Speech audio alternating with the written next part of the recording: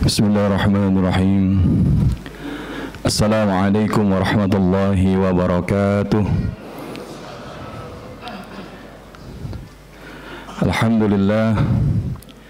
Alhamdulillahilladzi ja'ala Ramadhana syahrun mubarak wa syahrul azim wa syahrul muwasa wa syahrul maghfirah wa huwa alladzi unzila fihi al-Qur'an hudan lin-nasi wa bayyinatin minal huda wal furqan. Ashhadu an la ilaha illallah wahdahu la syarika lah wa ashhadu anna Muhammadan abduhu wa rasuluh la nabiyya wa la rasula ba'dah. Allahumma fasalli wa sallim ala hadha an-nabiyyil karim nabiyyina Muhammad sallallahu alaihi wasallam wa ala alihi wa ashabihi wa man tabi'ahum bi ihsanin ila yaumiddin. Amma ba'd. Subhanaka la ilma lana illa ma 'allamtana innaka antal alimul hakim wa la hawla wa la quwwata illa billahil aliyyil azim.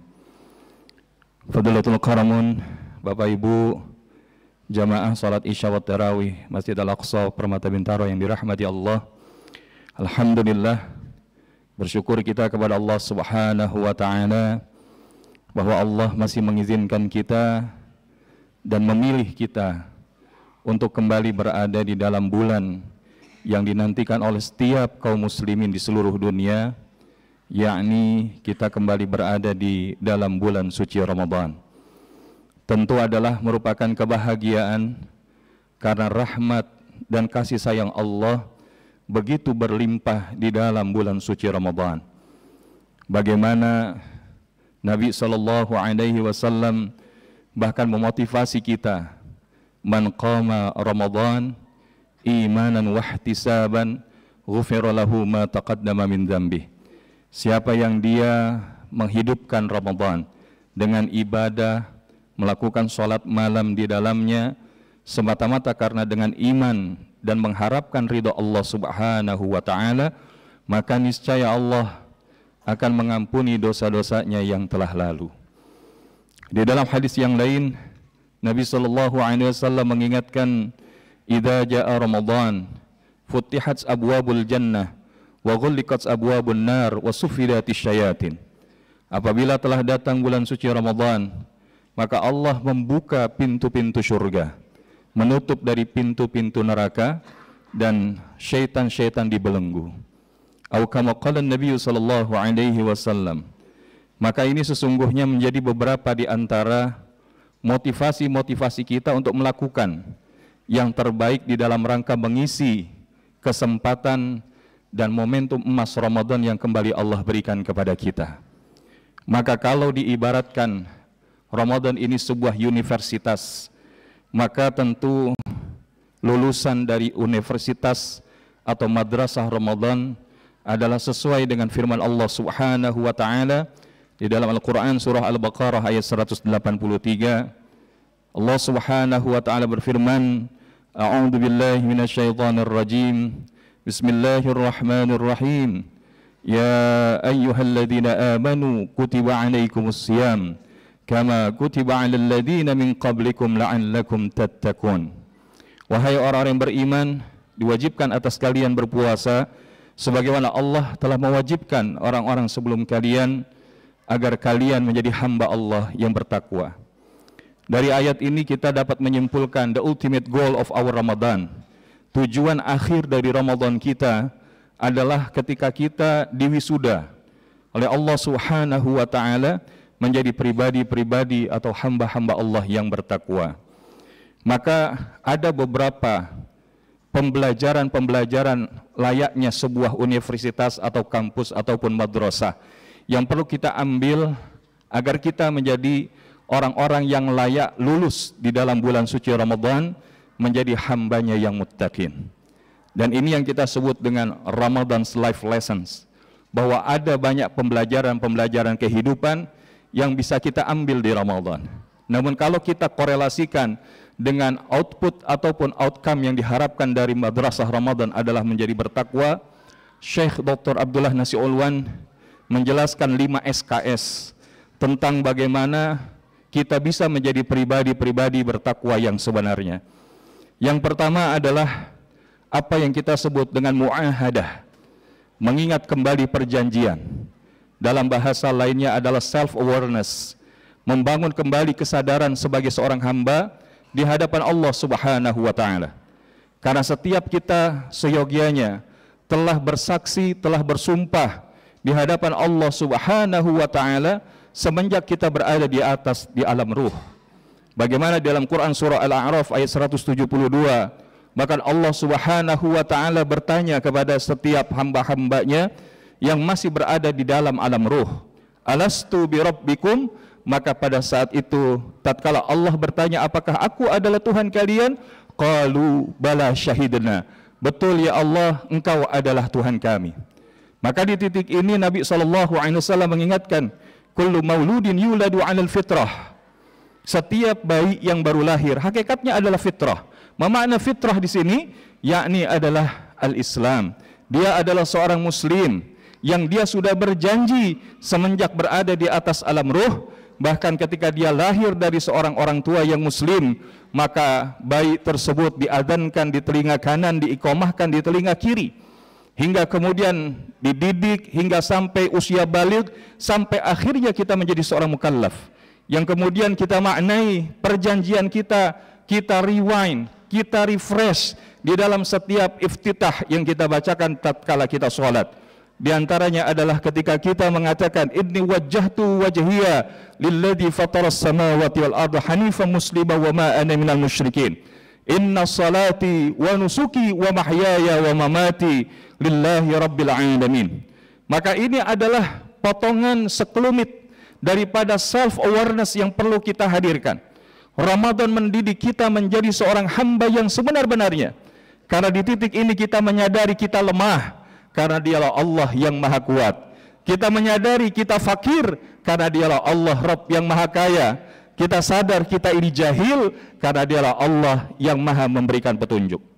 Yang kedua adalah yang disebutkan oleh Syekh Dr. Abdullah Nasir Ulwan. Lalu yang berikutnya adalah muraqabah, yaitu selalu merasakan diawasi dan dekat dengan Allah Subhanahu wa Ta'ala. Ini yang kita sebut dengan istilah self control. Ramadan mendidik kita menjadi orang-orang yang bisa mengendalikan diri, yang bisa memahami bahwa diri kita ini hakikatnya memiliki nafsu. Di dalam Islam, nafsu itu tidak dihilangkan, tapi nafsu itu dikendalikan. Sebagaimana yang dimaknai oleh Imam Al-Ghazali rahimahullah, bahwa nafsu itu adalah ibarat seekor kuda liar tunggangan. Kalau kita tidak berhasil menaklukkan dan menggunakannya, maka niscaya kita akan terpelanting oleh karenanya. Maka oleh karenanya ketika kita berada di dalam aktivitas Ramadan, di antara yang kita kelola bagaimana agar selalu menghadirkan perasaan selalu diawasi oleh Allah, ini termaktub di antaranya dalam Quran surah Ali Imran ayat 134. Wal kaazimina al-ghayza wal 'afina 'anil nas wallahu yuhibbul muhsinin. Yang pertama adalah apa yang disebut dengan anger management. Bagaimana kita bisa mengelola marah kita.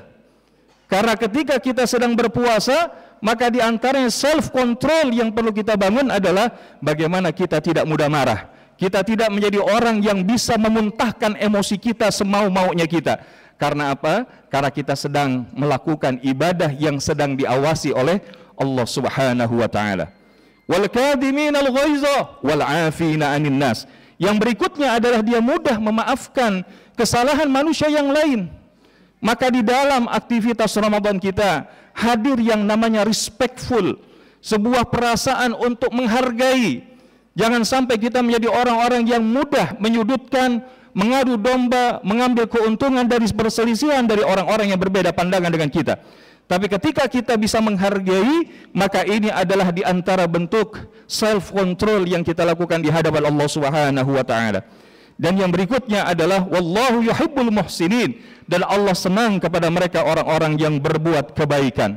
Maka pemaknaan kebaikan di sini al-ihsan. Pernah ditanyakan malaikat Jibril kepada Rasulullah sallallahu alaihi wasallam, "Akhbirni 'anil ihsan." Ya Rasulullah, jelaskan kepadaku apa yang dimaksud dengan ihsan.